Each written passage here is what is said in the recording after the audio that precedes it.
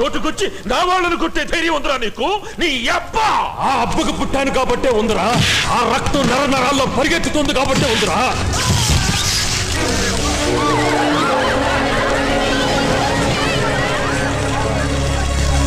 అంతమందిని కొట్టి వచ్చిన వాడికి మీ నలుగురి నరాలు తెంపి నవారనేయడం ఎంతసేపురా? కానీ ఎందుకు చంపటం లేదో తెలుసా? నా తండ్రి కోసం, నా తండ్రి ఆశ కోసం, నా తండ్రి ఆశయం కోసం. నీ దౌర్జన్యం మూలంగా పారిపోయిన పేదవాళ్లంతా రేపు సూర్యోదయంతో సూర్యుడి కిరణాలు పరుచుకున్నట్టు గుడిసె గుడిసెలో, వీధి వీధిలో, చెట్టు దగ్గర, చేను దగ్గర, బావి దగ్గర, చెరువు దగ్గర రొమ్ము విరుచుకుని నిలబడ్డాం. మీరు కళ్ళారా చూడాలి.